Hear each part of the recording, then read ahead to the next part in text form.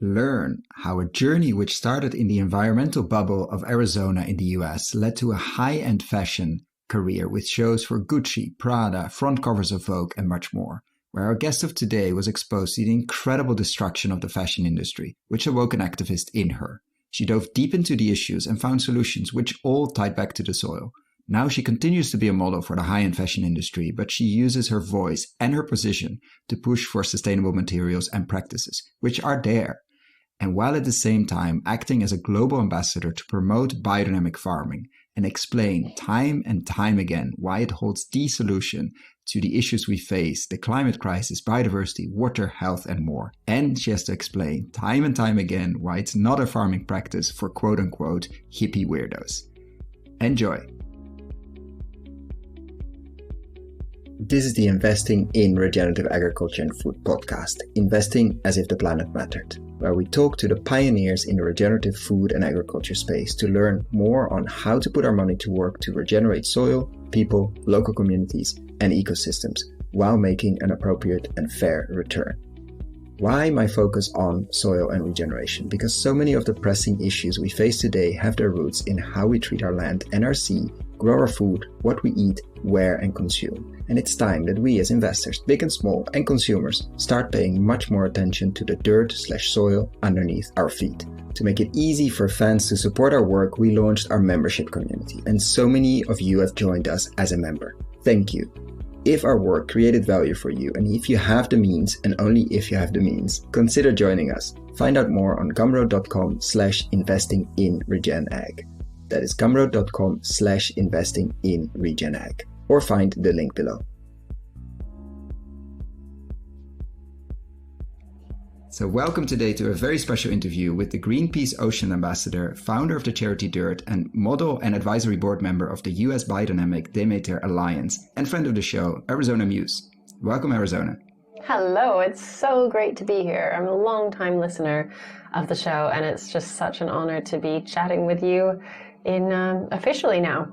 And of course, people can Google you. I will put there's a nice interview with Elle magazine, actually, which I will put in the show notes as well. But just to briefly, also not that briefly if you want to, a bit of your background. How did you roll into modeling, first of all? And then when did this, I would say, sustainability side first started? And then, of course, we'll go into the regenerative biodynamic side. But what started your sustainability journey? Was that one moment? Was that seeing certain things? Was it a gradual story? What was the trigger there to? Because I think you can stay in the fashion industry for a very long time without looking at the sustainability side, but you decided to face it head on, basically. Okay, since you're asking, I'll tell you a bit of my life story. I was born in Arizona, which is where I got the name. My mom is English, and she was pregnant in the desert, in the Sonoran Desert in Tucson, and I think just was overwhelmed by the pregnancy maybe, but also by the beauty of the desert, and decided to name me Arizona. Then I grew up in Santa Fe, New Mexico, which is highly populated by environmentalists. So I thought, my worldview was that there are too many environmentalists. I'm going to go and do something more radical, like go into fashion. And so I became a model, and then I realized that there was more for me, and I found my passion at age 26, 27, and my passion is environmentalism, going right back to where I came from. And of course I learned what you would imagine, that environmentalists are not overpopulated in the world, and it's actually quite an underdog position to have taken, and I love it so much. The work I'm able to do as an activist, I now call myself an activist proudly, because that's what I'm doing. So I'll go back a step. I was invited to a lunch on biodiversity. This was the first moment for me when I was, I think, 26 or 27, that I realized, wow, why isn't this word, biodiversity, being used? Why did you accept that? Why do you accept the lunch? Because I'm imagining you were invited for a lot of different things, say no to, and said no to a lot of things. It was pretty random, actually. It was a friend who invited me to, as you say, a charity lunch, and I'd been to many, and I just went. And I was surprised that this word biodiversity wasn't being used in front of me frequently. In fact, this was the first time that I was really engaging with the word biodiversity and going, wow, why not? Why aren't we talking about this? This seems really important. And so that for me was my beginning moment. And then I started to research fashion. and, as you can imagine, found a lot of negative information, but also a lot of non-information. This was 7 years ago, and it was still relatively unknown that fashion was causing an immense amount of damage to ecosystems, human welfare, through the dyeing process, the growing process of fibers and leather, the tanning process of leather, and all the transport that's involved. So there is immense, not to mention the packaging as well, immense waste and a lot of opacity around that waste. I didn't even know, though I had been at the core of the fashion industry for such a long time, I didn't even know how clothes were made.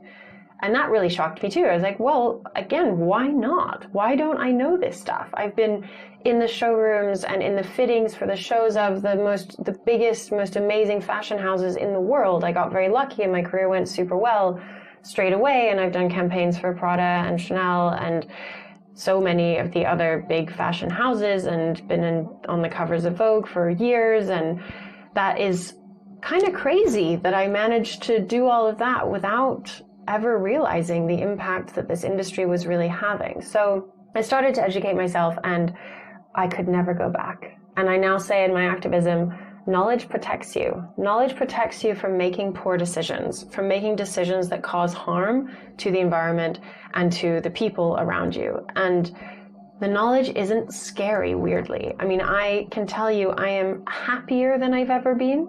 I am more excited about life than I've ever been since I became an activist about climate change, about the climate crisis that we're all living through and that we're all causing in some way or another. I mean, have you flushed a toilet ever? Do you eat food? Okay, you're part of the climate crisis. It's all of us. And I think it's nice to just get that out there with a smile and a laugh, because until you admit to yourself that you're causing problems, it's very easy to just kind of pretend they're on the other side of the room or the other side of the world, even worse, and that it's not really up to me. I'm just one tiny drop in the ocean. I can't really do much. I don't really have a big impact. All those little things that we tell ourselves, it's just not true. Each one of us has an immense impact. I'll give you my plastic water bottle example that I love, that, you know, if I make it a policy in my life that I don't drink water from plastic bottles, that means I will save thousands of plastic bottles over my lifetime. Suddenly you realize it makes a difference. Whereas that one time that you're like, oh, I'm not going to buy the plastic water bottle, you're like, oh, it doesn't really make a difference. But over the course of your lifetime, it makes an immense difference. Now think of your bathrooms. How many do you have plus your kitchen sink? Do they all have plastic soap bottles sitting there next to them? Or do they have bars of soap that were unwrapped and that sit on soap dishes? Now imagine those 3 or 4 bathrooms maybe, and the kitchen sink, and over the course of your entire lifetime, wow, that's a lot of plastic bottles, sorry.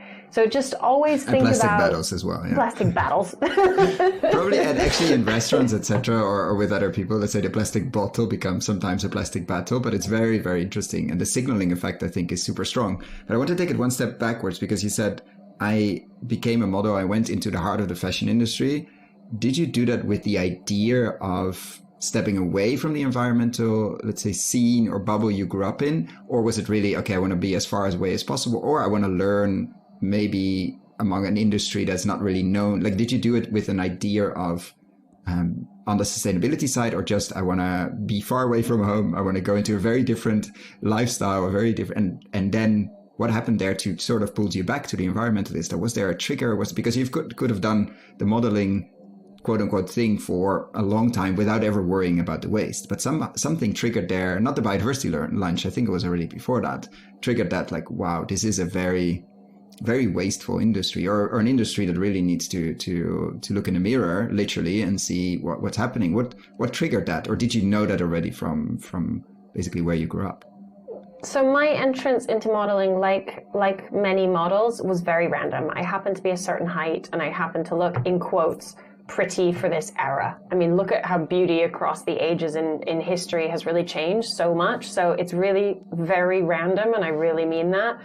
I just happened to be in the right time, in the right place. But also, it's caused a lot of problems in my life. So I don't want to say that I'm grateful for some of the things that it brought, but it also brought me down in many, many ways, emotionally, physically. It's not a job that builds people up, and it's not an industry that builds people up, and that can cause a lot of problems. And just my self-esteem was extremely, extremely low, which is contrary to what you might think of a model. Like, I looked at all the pictures of me and just saw the problems and the flaws. I didn't think of myself as being, wow, amazing, oh, she looks so good. Not at all. So it was causing immense kind of trauma on my mental health and the way I thought of myself, which was paralyzing. So I also feel like this moment where I found this purpose in life was tremendously valuable to me as a person, my growth, my development. It's just, it brought me out of that, which was, and now I can move and I can think and my brain works so much better. And it's really, it's amazing to me to realize that you can, anyone can really find themselves later on. Like I was quite directionless in my 20s and didn't really know, I had absolutely no idea what I wanted to do. And I was in a very high powered career that was taking so much time. I mean, to give one example, in Milan Fashion Week, you have drivers because the public transport isn't great. And my driver drove for 112 hours that week. That means that I was working 112 hours that week because my driver would drive me to all the appointments I had and wait outside while I had the appointment, and then I'd get in the car and drive again. It's a whole culture, the model driver culture during and actually Milan Fashion Week. for let's say the public transport in Milan is pretty good, but of course not that fast and not that direct as you can have it. Even. No, I'm not. No, it's interesting. Not a blow at Milanese public transport. But yeah, at all. if you have to do 120 hours of work, you cannot go subway in, train in, bus in and out. You need a driver, and that's a lot of hours. It's a lot of hours. I think people forget that. They see the pictures and they don't see. I mean, in general, they see the piece of fashion, they see the piece of food, or they see the picture and they don't see the 100 hours that go into that.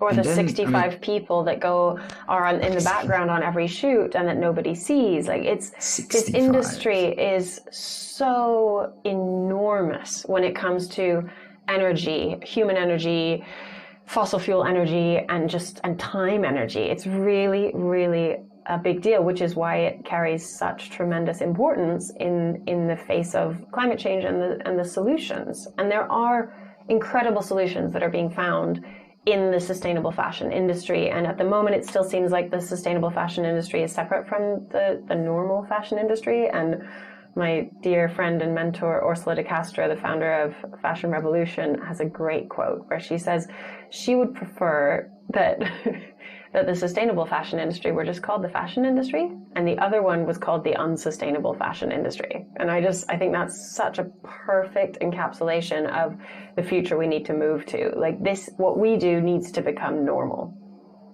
Do you remember the first time you saw like potential like solutions, because you started to go deep into, let's say, the issues, quote unquote, not quote, actually the issues of the fashion industry. And you said, I stumbled upon, or I found many solutions and different materials and things. And do you remember that first one that you said, wow, it's actually possible to do it in another way? And do you remember that moment? You're like, okay, this potentially is a positive story, and not just let's make it a bit less dirty or a bit cleaner, but still it is in effect it's fossil fuel, nylon, etc. Like, do you remember stumbling upon an example there that really triggered you into the positive side of things? Definitely. On my birthday one year, September 18th, I met someone who became a tremendous mentor of mine, Nina Morenzi, who started the Sustainable Angle. And the Sustainable Angle is a London-based organization whose advisory board I now sit on, and who sources sustainable materials for the fashion industry from all over the world. She's been doing this for almost 12 years now.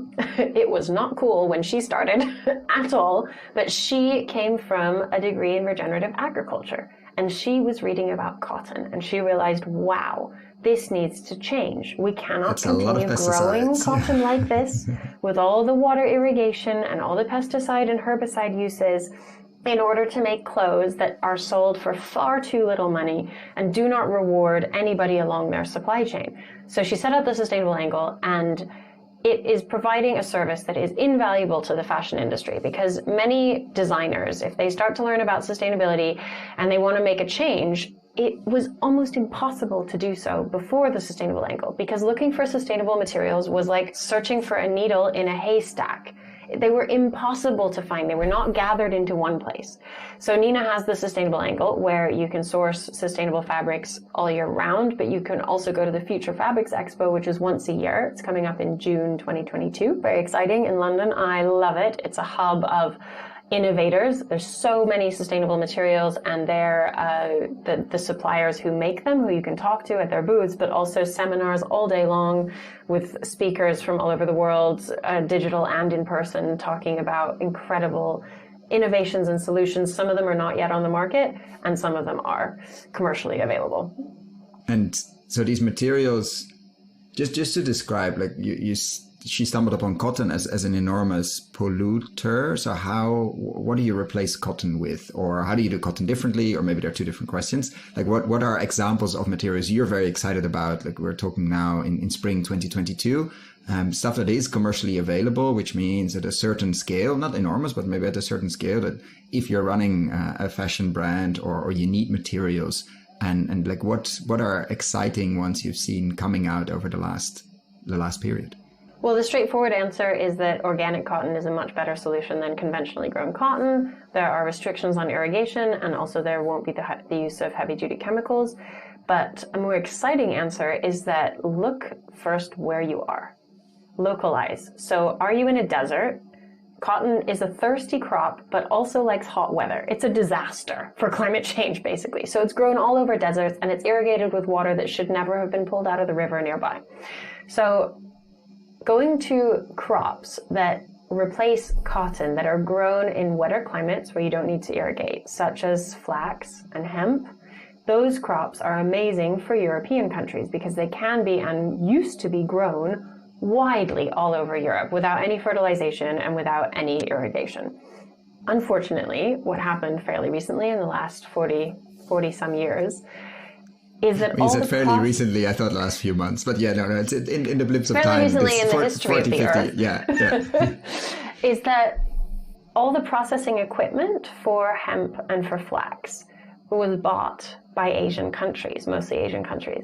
So it doesn't any longer exist in Europe. So this is one of the contributors to why Europe doesn't grow its own flax and hemp anymore. Sometimes if you buy a piece of a garment that is called kind of Belgian linen, usually it's not even grown in Belgium. It may be processed in Belgium still, but the growing is very likely to have happened in India or in China, and the processing will have happened there too, which is great in order for localization of processing. The processing equipment should always be near to where the material was grown, but we need to get that back into Europe. So whether it's building new machines for Europe or buying them back and distributing them more evenly around the world, that would help hugely to reduce our reliance on cotton. And something interesting happened in the US around cotton, horribly and interesting, is that it was really used as a defense mechanism to bring down the lives of people of color in the US. It was weaponized because originally in the US, again, hemp and flax were grown widely, and they're very resilient to drought and wetness, and they're just an amazing crop, basically. And the processing can be done locally without any chemicals, and then they were replaced by cotton, which is a hugely vulnerable crop. And so it needs pesticides and herbicides, and it needs different machinery, and it needs irrigation, and it needs lots of tending. It's much more time intensive. So this is historically a really big deal in the social history. The perfect solution for slavery, basically. That's the end. Yeah, if you want to tie people to the land, and to tie people to the land and to keep cotton. them in service, it works really well, and it worked really well. So moving away from cotton is important socially and environmentally, and in terms of logistics and transport. We don't need to be growing so much cotton. We can reduce our need for cotton by transitioning to these other materials, and that may not be 100%. The feeling of hemp is different than cotton. It can be refined to be smooth, but also you can just blend it with cotton. So you could reduce your cotton intake by half by just blending it with a hemp material. So that is a really fantastic solution. Also, hemp for fiber needs to be separated away from hemp for CBD and THC, because if you see them as one plant and one species, you're going to outlaw hemp, which is again what happened in many countries. people were required to stop growing this traditional fabric material because of the FDAs of the world, because of the drug administrations of the world, who said, no, you can't grow that anymore. And everyone's like, yeah, but it doesn't produce a drug. And they're like, it doesn't matter, it's the same family.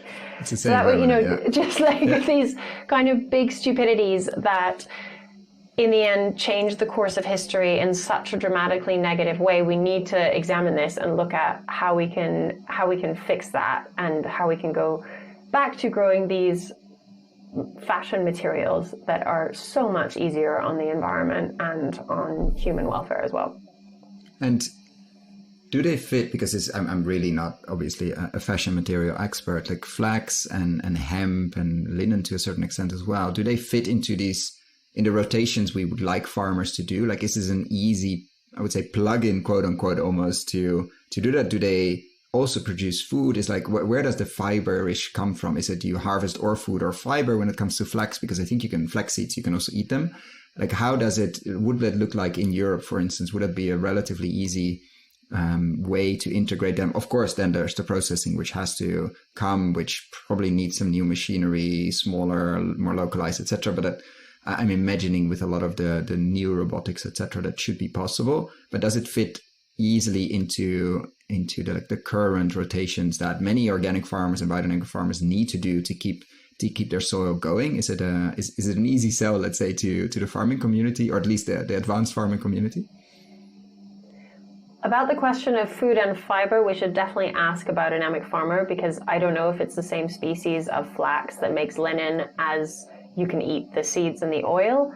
It could be, but I don't want to answer incorrectly. Really cool. But from an investment point of view, I can answer that question and say one need for investment is to invest into the infrastructure of the processing of these materials. Like I mentioned before, we need to build new machinery for Europe, or we need to buy the machinery back from the brands are there too. Like the brands are there. Let's say the machinery would be invested in and would be built. Do you see strong interest from brands to that want this transparency coming from Europe, that wants this localized, let's say localized stream? Like, is there the potential of offtake? Which there's the same discussion in food, obviously. Yeah, we should bring back this, we should grow this, but always the question is, okay, is there at least a front runner market ready to buy these things, which Definitely. Makes it a lot easier to sell to farmers? Sustainable fashion is a hot topic now. Everyone's interested, everyone wants to participate, but brands don't have the money to buy this machinery. It's super expensive. It's like millions of euros are needed to invest in this machinery. It's not cheap. They're very big machines. They process a lot at once, and it's a hefty investment to buy one even, and then to, the logistics around it. So we need financing for this to work. We need, in general, in the sustainable fashion movement, it's relatively small businesses. And in the unsustainable fashion industry, it's relatively big businesses. So right now we need to encourage the big businesses to move into the sustainable fashion industry, to start putting their orders in and behind, and guarantee or commit to making orders once these technologies become available, and to just express their interest. That would help so much. So I think activism is the answer for that, is getting people to talk about this and getting people to be inspired by the idea that they can change the world. And this is what I love about the consulting that I do to transition fashion brands to become more sustainable, is the look on people's faces when you explain to them how they can be heroes. And I mean that. They can literally change the world through their business, but right now they're causing problems with it. So, and it's not as difficult. So describe how that works. Like they ask you to become a consultant, or I'm imagining you also give your opinion, let's say unquestioned or unasked when you're in these meetings. You say, did you know that you could become a hero? Or how do you approach that when you are, let's say, in a boardroom of a large, semi-large fashion brand? Well, I definitely industry? Start chatting about it on photo shoots all the time. And it's a question I get asked a lot, actually. Like, how do I feel and how do I reconcile working with brands who are causing damage, who are not sustainable, working with them as a model, with my activism? And at the moment, I still feel like it's necessary to take modeling work with brands who are not sustainable, because it gives me an access point that I would never have otherwise. I mean, it's incredible to walk into a shoot and be with head designers and CEOs and chat all day, chit chat about how amazing sustainability is and what they can do and all these fun innovations around materials and how it just isn't as difficult or as scary as they may have thought. And one big issue in consulting now is greenwashing, that many businesses are starting to feel like they can just talk about sustainability whether or not they've done anything. And my big piece of advice for that, for anybody, is only talk about the things you've already done. Do not talk about your ambitions, and do not celebrate your ambitions, because an ambition is something in the future. 2050 and that you've never like done. That. Yeah. Yeah.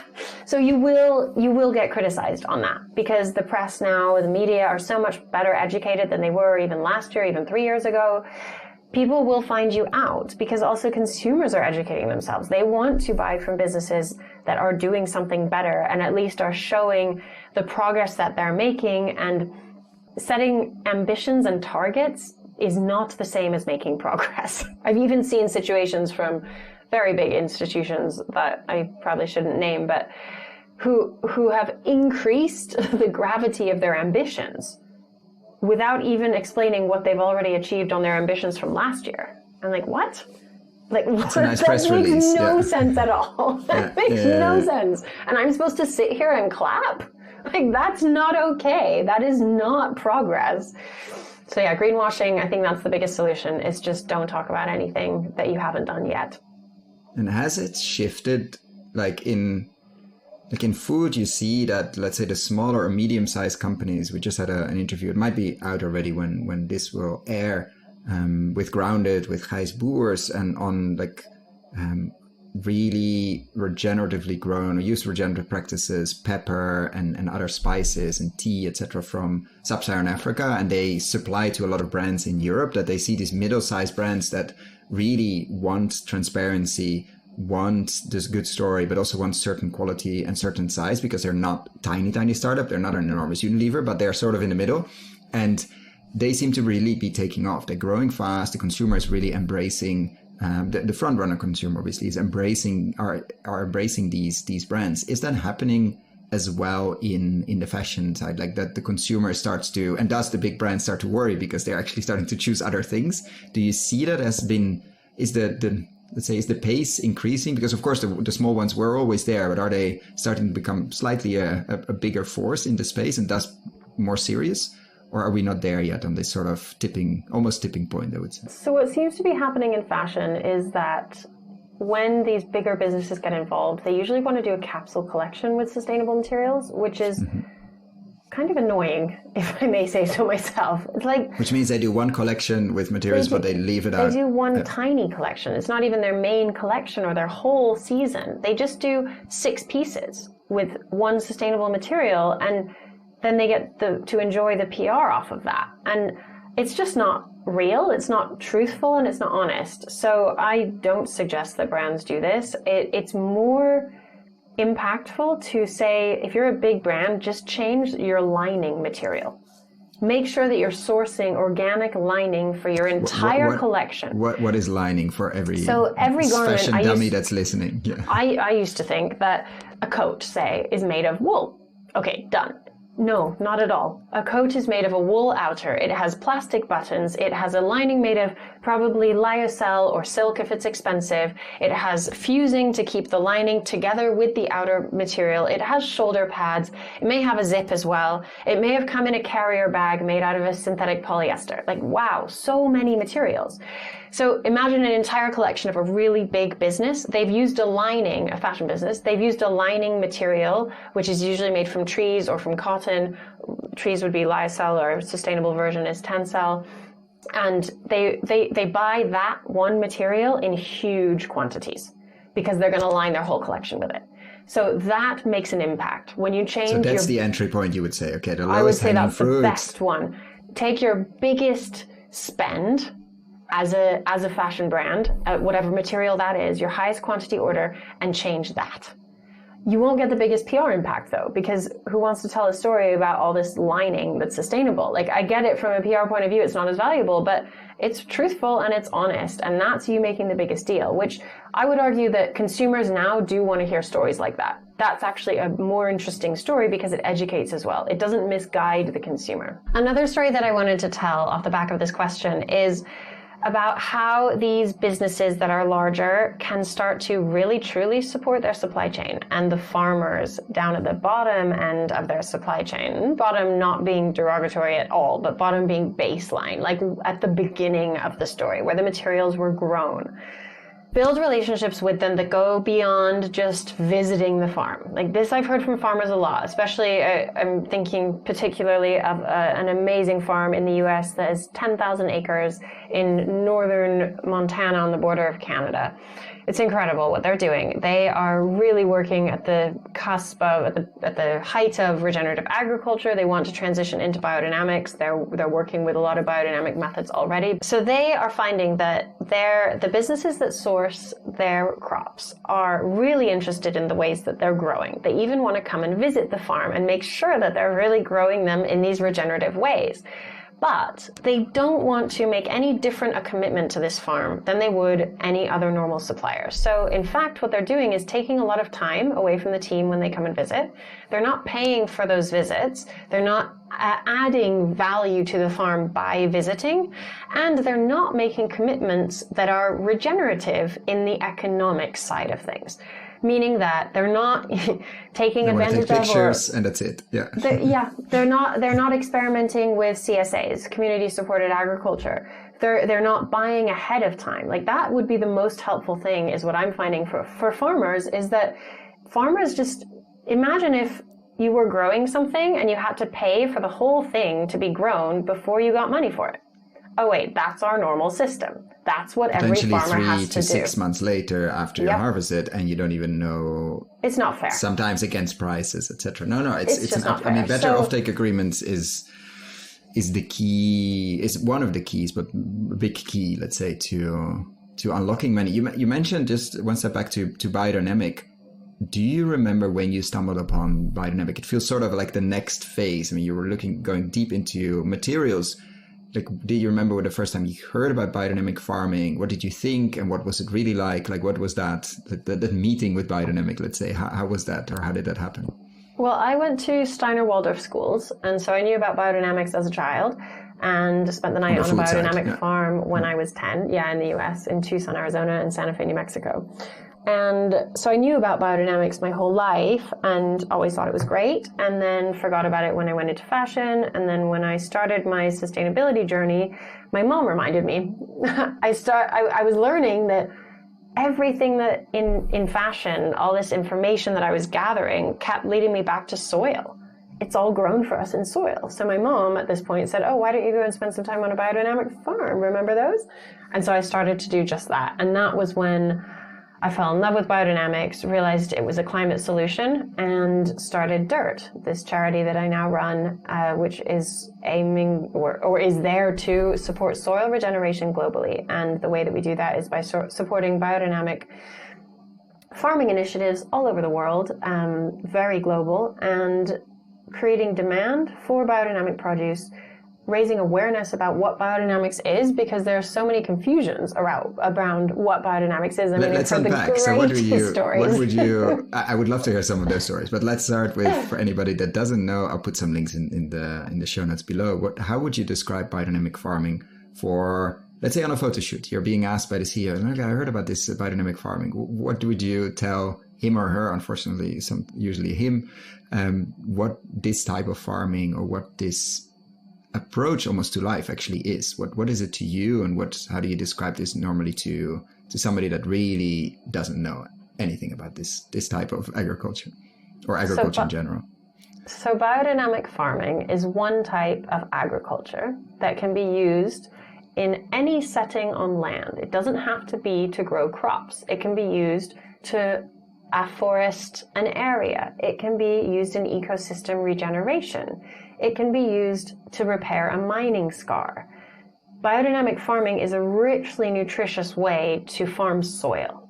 It centers around composting and you need animal manure in order to build the most robust compost, which feeds the microlife under soil.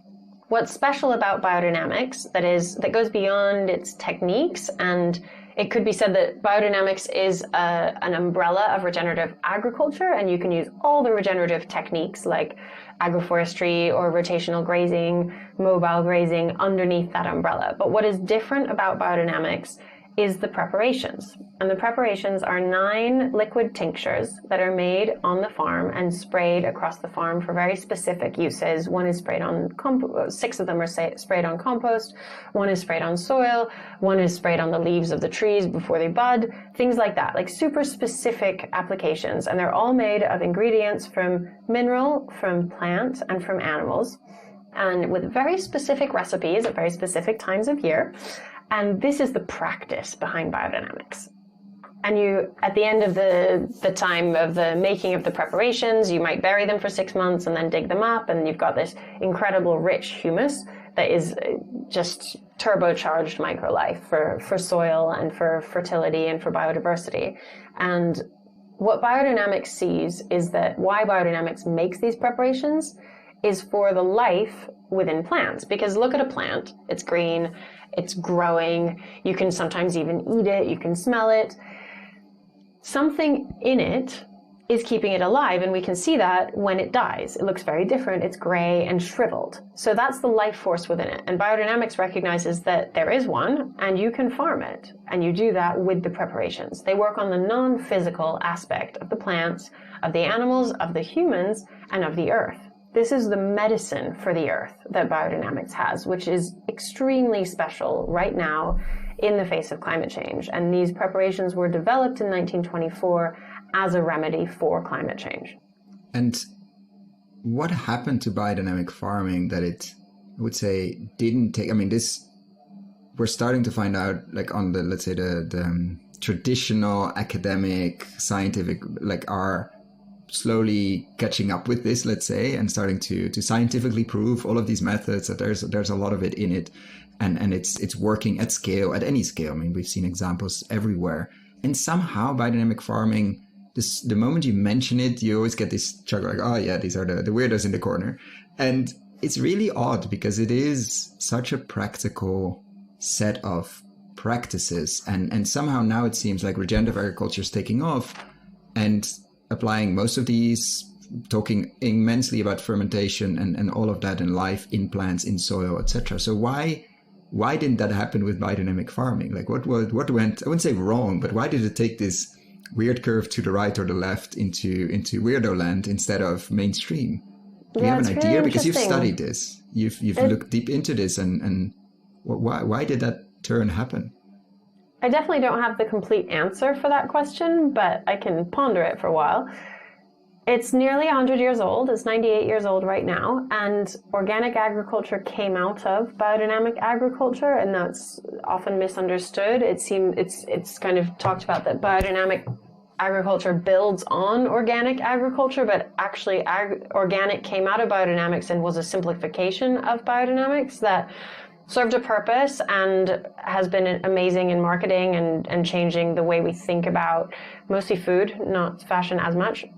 But right now I think we need a more complex solution for nature, because nature is very complex and actually can't be simplified down into one specific formula. And often, not always, because there are some regenerative organic farmers who are doing incredible things, but often organic can be just the same formula as conventional, but a less toxic version than. So it's still plant the seed, fertilize the seed, harvest the crop, and plant the seed again. And it just follows this kind of circle that isn't really full of life and isn't really regenerating soil nor biodiversity around it. But to go back to your question, I think that the people who are attracted to biodynamics are wonderfully humble and don't value shouting about the amazing things that they're doing. And so that has naturally meant that the movement remains smaller and quite internally facing, which is quite a beautiful thing when you think about it. No one's showing off. Everyone's just doing their good work, and it's amazing. So I invite everyone to get into biodynamics, go and learn about it, go and visit a biodynamic farm if they want you to visit, obviously. Be respectful. Yeah, and Farmers don't always want. Yeah. Do pay for offer it something. or buy a lot of things. Or... Offer something to them and be really grateful that you can go and spend time with them, because they're amazing. Biodynamic farmers are the most intelligent people I've ever met or spent time with. I mean, what this practice does to humans is incredible. They're on another level of being human. Their conversations, the way they think, their observance of the land around them, it's very, very special. This quality of sensitivity is heightened and heightened when you're doing these biodynamic practices.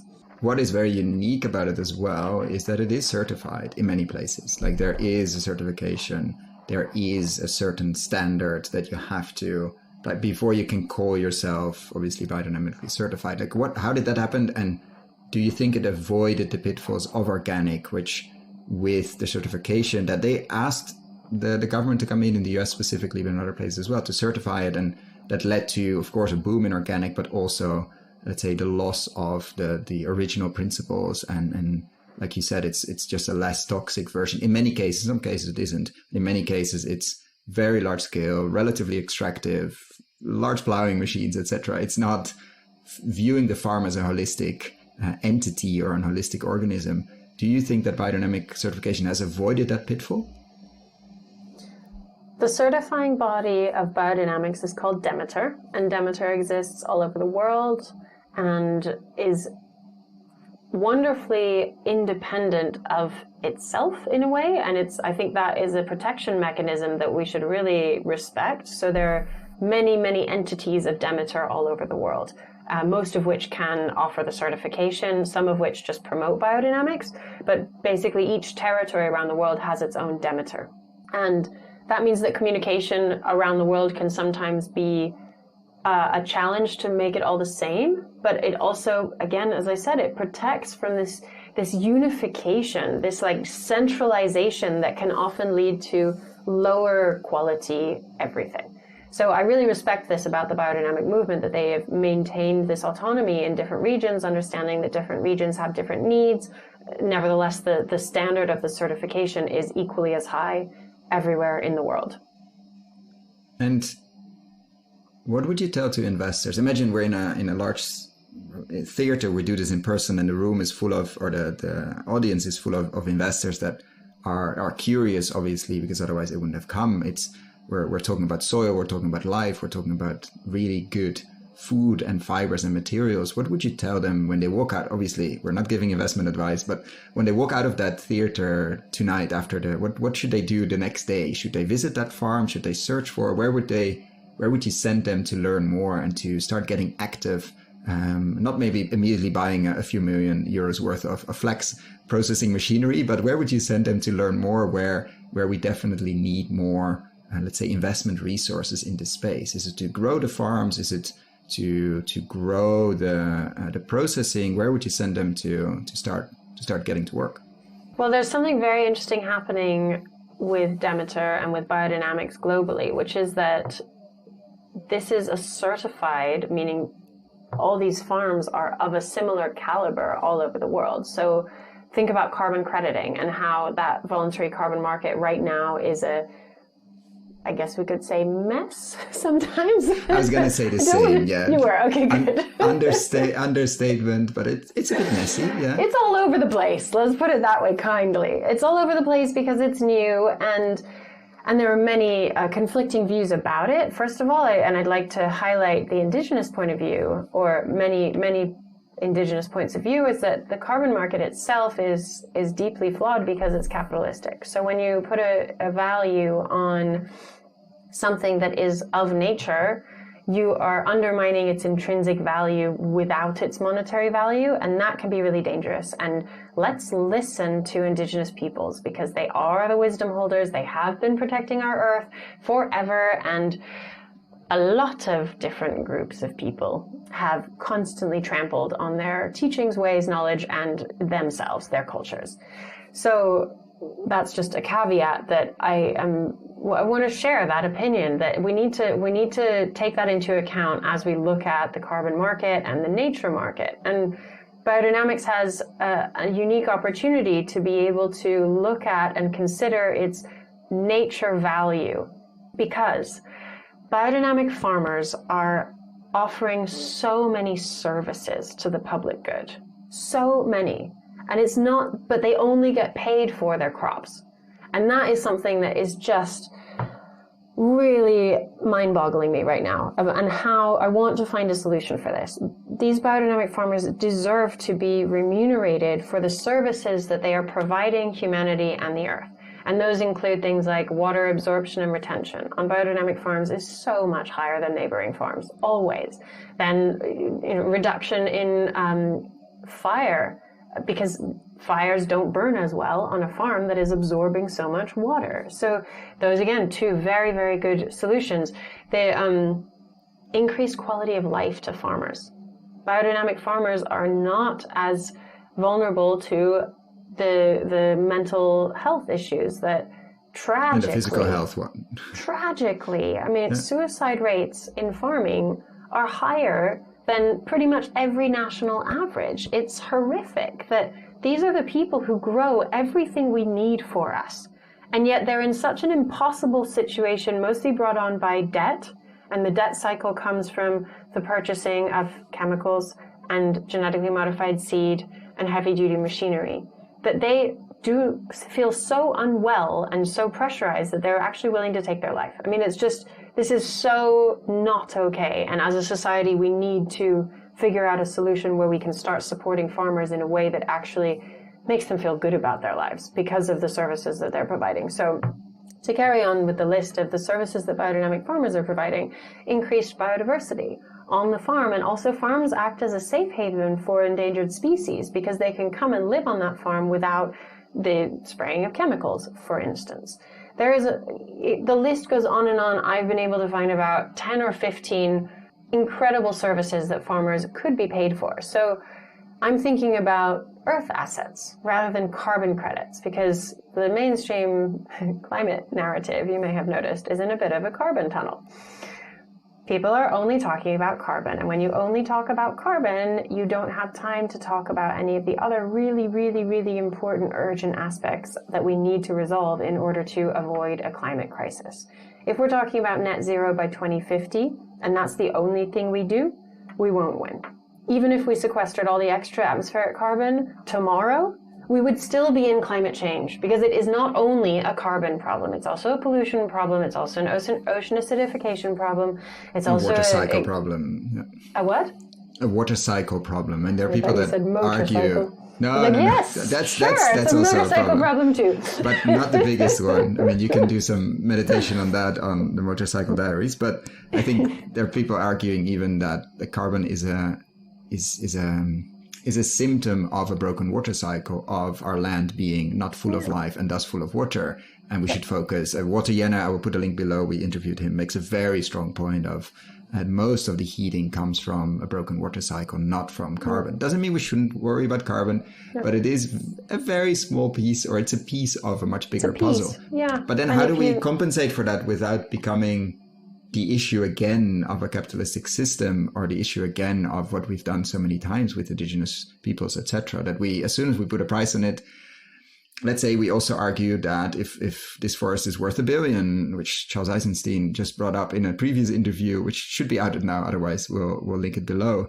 Like, then if we pay $2 billion for it, we should cut it down and we should develop that mine underneath. Like, how do we avoid that reasoning of, as soon as we put a price on it, it means that when we pay that price or more, we can do whatever we want with it? Like, how do we, this is a whole different rabbit hole we go into, but do you, like, what has your research until now? I'm not saying there should be an answer, etc. How would you approach that when we want to start paying as soon as possible biodynamic farmers and land stewards for the immense services? I also don't like the word ecosystem services, but let's say ecosystem services they provide. How do we start tomorrow without digging ourselves into another hole that we don't want to get into?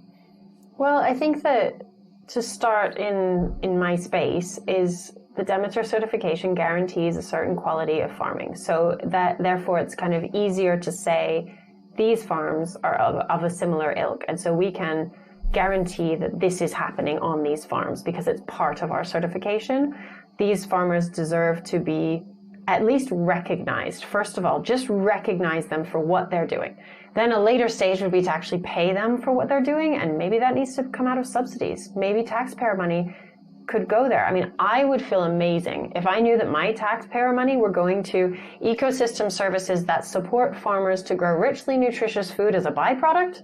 Amazing. Like, how great would that be? Because right now I know crop subsidies that are doing something very different. Yeah. Right now I know where my taxpayer money is going when it comes to agricultural subsidies, and I am personally, through my taxes, paying for the purchasing of immense amounts of chemicals that are destroying the earth when they're mined, when they're created in a lab, also in transport, also when they're applied to soil and insects and plants. It's just crazy that I'm paying for that, and I don't want to be paying for that. So I think that is the first shift. And I want to recognize that I'm not saying take subsidies away from the farmers who are using those subsidies to survive. Not at all. I'm saying use subsidies to support farmers to transition to farm in a way that's nature friendly, hopefully biodynamic.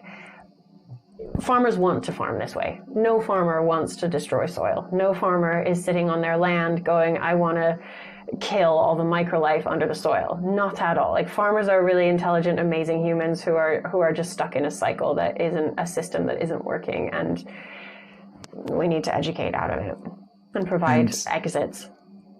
I have two questions that I always like to ask based on that, actually. So what if you had a magic wand and you had one thing you could change? Could be in fashion, could be in land use, could be in general, could be global consciousness. But if you had, and most people then say, yeah, I would like to change two things. So I would like to force you to do one thing only, but if you have two, it's also fine. What would you change overnight? Like, tomorrow morning, we all wake up and Arizona had changed one thing. What would that be? I mean, maybe we didn't know that you did it. Obviously, you don't need the credit. But what if you had that amazing power and responsibility, what would that be? I'm smiling now because I'm going to go really radical on you. And my activism is quite radical. I read the most radical people and I love it. The most radical makes the most sense. It's the most logical. And so what I'm going to say here is get ourselves out. I would, if I had a magic wand, get ourselves out of this domination cycle. We are conditioned to think that domination is our status quo. We need to dominate. We do it in all our relationships, our relationship with the earth, our relationship with our children, our relationship with our friends and partners, our relationships professionally. They're all about domination, built on domination. We need to change this around, learn from people like Riane Eisler, for instance, who wrote a whole book on the partnership way, which is one great asset when you're trying to learn how to relearn, recondition yourself into a more positive way of being, because when you stop living in a dominating way, you have much more space to be curious. Your creativity can grow and you can make decisions that you would otherwise not have made. We need this in the face of climate change because climate change is a human behavioral problem. It's not a carbon problem, as we were saying. It's just us. We need to change the way we think. And there are many, many ways to do this. Go in and learn from indigenous peoples. They all know this. They've been doing this forever. And if you're a white European descent person, you have indigenous roots too. It took me ages to realize this, but I used to think, oh, the glorious people with brown skin, they have indigenous roots. I do too. Every one of us does. Look at the Druids if you're from Britain. They have incredible rituals and ways of thinking that are more distant, so it's harder to find the European ones because they got wiped out longer ago than the ones in North America, for instance, and South America. But that wisdom is what's going to fuel our future. It's the most exciting learning I've ever done. I just recently Just one thing. read a book. Yeah, very, very good and radical, but no, I wouldn't say. I mean, we're used to something on this podcast. And I will definitely link the books of Riane below as well. And I read a book, I'm going to remember the title probably, Talking for the Trees, I think, or To Speak for the Trees, on someone in Ireland that was the last one that got the traditional knowledge. Like, she was specifically picked by the community that when the last standing forest in Ireland, which there are not many anymore, and especially now, And she was trained in everything. Like she was trained, she got all the full, as we would say now, download. But of course, then back in the day, she didn't. And she went into academia, and slowly but surely in the US, she basically scientifically proved all the things she learned already when she was a teenager, which is it's a fascinating short book. I'll put the title below in the show notes as well. And it's really interesting that, because we need those bridges between, and she was very, very lucky, and we are lucky because she wrote it down. And some things are because she mentioned a lot of the trees at the end, and a lot of the recipes, a lot of the healing, we don't know anymore because it got lost with the Celts, I think. But there are still bridges back to that. Of course, it's longer ago than we would like to. But I know many farmers that in places start to go deep into old agricultural or architecture books to understand what was grown here and what made sense in places. People go back all the way to Roman times, but of course we have to go back way further to start seeing, okay, what made sense here? What was the context? What was the place like? What grows well together? What doesn't? What makes, I mean, a lot of this has been developed, probably lost because it wasn't written down, or it was written down and then burned at some point, or was just told in oral history. And unfortunately, we lost a lot of that. But there is still some of that around, and we need to really make sure we capture it and start reusing it, and by that see Very how important. It works and if it works.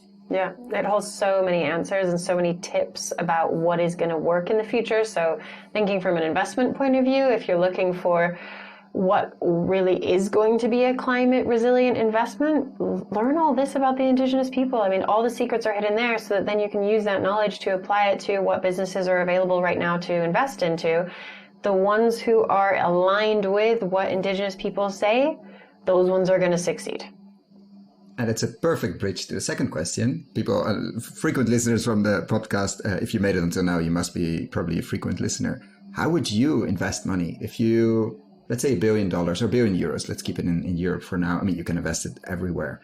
If you had to put that to work, obviously I'm not looking for the exact euro amounts behind the comma, etc. I don't care. I would care more about what would you prioritize? What would be the main themes you would focus on in a short time or a longer time if you had to put this amount of money to work? Nature tech solutions, looking at biomimicry, ocean regeneration, land regeneration, but not through technological machinery, because it's too costly to build. The investment that it absorbs, first of all, I mean, the billions that go into making machines to regenerate, it doesn't make sense. Just do it by putting those billions into people, because people need jobs and people do better things with money than machines do. Definitely. And I would look at simple things like killing two birds with one stone. For instance, I've been thinking a lot about automobile pollution. We have roads. We're not going to stop using them anytime soon. Instead, what we're doing is building cars that use batteries, but we don't have a good system for disposing of batteries or recycling batteries right now. So they're also causing immense amount of problems, even though they are a solution for air pollution. But what about just planting greenery on the edge of every single road to absorb a lot of the pollution so that it doesn't get into our lungs, so that it doesn't get into our farms, because so many farms are on the roadside. And what is that doing with the diesel particulate matter in the air? It's getting on our food. That's not okay. It's getting into our soil. Also, one of the biggest plastic pollutions is tires as they drive on the road and disintegrate. And that's all going by the roadside. So we need a buffer on the side of every single road, and that should be a prioritization from municipalities. Get a buffer on every road legally and plant it with native species of plants, have it tended to by local communities, make it a community event. I think making everything we do into a community event can really increase the power of it. It's free marketing, but also it brings people together and makes people happier. And when you go to, I don't know if you go to, like let's say agroecology or regenerative agriculture, even biodynamic, actually when you go to biodynamic conferences, where are you contrarian? Where in your group, in your bubble, let's say, not bubble is a bad word, in a positive sense, where do you think differently? This is definitely a question inspired by John Kempf. Like, what do you believe to be true about biodynamic farming that others don't? And what do you, others in your own scene, because I'm curious where you think differently. What's the where you stand out when you go to these kind of meetings? I found that I think of biodynamics at scale. I think of biodynamics covering all the terrestrial land that humans manage. And I think that the biodynamic movement hasn't been thinking so big like that. And I hope that that's going to happen. And I know there are many, I'm not saying I'm the only person thinking about that, and I'm not trying to toot my own horn at all, but I have received feedback from people in the biodynamic movement saying, oh wow, I wasn't thinking of it as such a big scale solution. And so I'd like to run with that and keep going, because it is an incredible climate solution with so many opportunities. Why do you think that is? Why is there hasn't been, I'm not saying you're the first one or the only one like you mentioned, but few, let's say, talking about, okay, how do we do a region, a country, an island, a bioregion, a landscape in these agroecology, life-focused, holistic view, biodynamic farming? Like what has been holding back? I see that in Regen in general as well. Like we're very much focused on the farm level. And then sort of what happens beyond the farm gate is like, yeah, but if your whole landscape is moving backwards, it would be nice if it moves forward. It makes your life a lot easier, because if your neighbor isn't spraying like crazy or has been polluting the river, I mean, you are all in the same system. So I would imagine there's a lot of work going into landscape scale regeneration, and there's surprisingly not so much happening there. What has been holding back the biodynamic movement to think at scale? Because it is, I mean, I will link below the interview we did with La Viala in Tuscany. It's more than 1,200 hectares under management, plus a lot more forestry. Like, scale is definitely there. Maybe not so known, but it's there. Like, what has been holding back the rest of the movement there to start thinking or dreaming maybe about scale? I wonder if it's because farmers are so busy. They're so busy managing the amount of work and the amount of land that they have. Maybe it takes non-farmers coming into this space and going, how can we think big? What can I do to help you expand? Which is the question that I ask every biodynamic farmer I meet. How can I support the amazing work that you're already doing so that this can become one of the most important climate solutions out there? And maybe it takes that. And to wrap up, I mean, I usually ask a final question and then it's never the final question, but what are you busy with this? Like, what are you excited about, let's say, over the next months as we're going into summer 2022, depending obviously when you're listening to this, but we're talking spring, early spring, depending where you are. Let's say spring 2022 on the Northern Hemisphere, which I learned lately actually that according to indigenous peoples, usually the North was down and the South was up, which is very interesting from our perspective, but let's park that for a second. What are you excited about for this summer? In terms of your work, on your activism, on, let's say, the most radical stuff, what we should look out for from you and your team? In terms of what I'm learning about that I'm most excited is I've gotten into the divine feminine. I feel like that's the next step, and it's the one after the domination stuff. It's incredible. When you learn about I'll just leave it there. It's incredible. Go and look at divine feminine stuff. Mary Magdalene, Hildegard, all of these stories and legends, and the way modern people are thinking about it now, academics as well as citizens. It's really adding a lot to the way I think. Then also, I'm really excited about COP27, which is coming up in November, and the preparation I'm doing for that with DIRT and other organizations, the Biodynamic Association in Egypt, because COP27 is in Egypt, and also other organizations that we may be partnering with to raise awareness about biodynamics. Excited about my consulting, helping more businesses to transition. I'm also have been wanting to for ages, and it looks like it's finally happening, getting into the investment world. I've been having my eye on so many businesses for the last 7 years of my activism and watching them all become successful. And the ones that I thought were going to become successful did, and the ones that I thought, that's not really a good idea, didn't become successful. So you have a good eye. Kind of honing in on how to choose businesses that are going to succeed. And I'm really excited about becoming a bigger part of the investing space through conversations that I'm having that kind of too fledgling to talk about now, but really excited about how they will develop. Yeah, because I love the regenerative space, and it turns out I have a relatively good barometer for what is going to work and what isn't. And I think that's because I'm working as much as I can to take my ego out of it. This isn't about me. I'm doing this work because I love it. I'm enriched on a daily basis by the learning that I do on a daily basis to educate myself about the climate crisis, about the earth, about human behaviors, about all of these things that intertwine and interlock.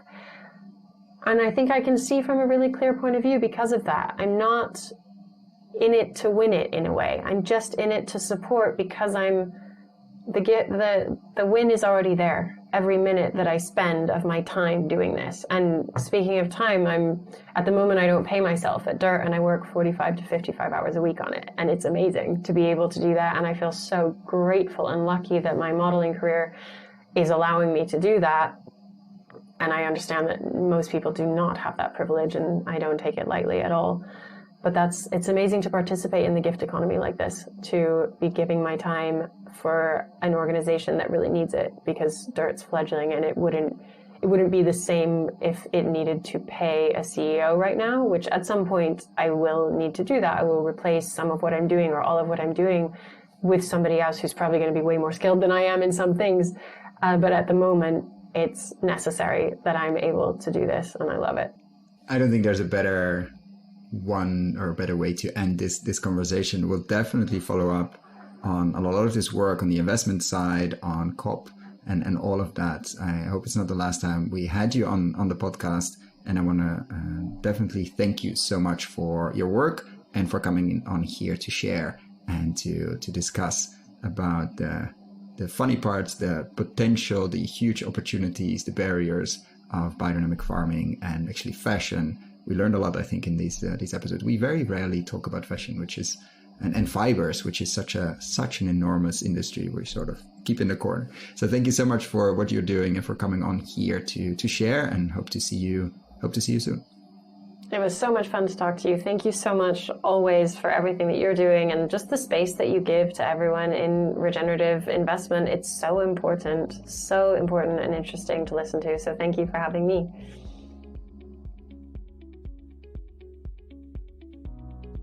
Thank you so much for listening all the way till the end. For the show notes and links discussed, check out our website, investinginregenerativeagriculture.com/post.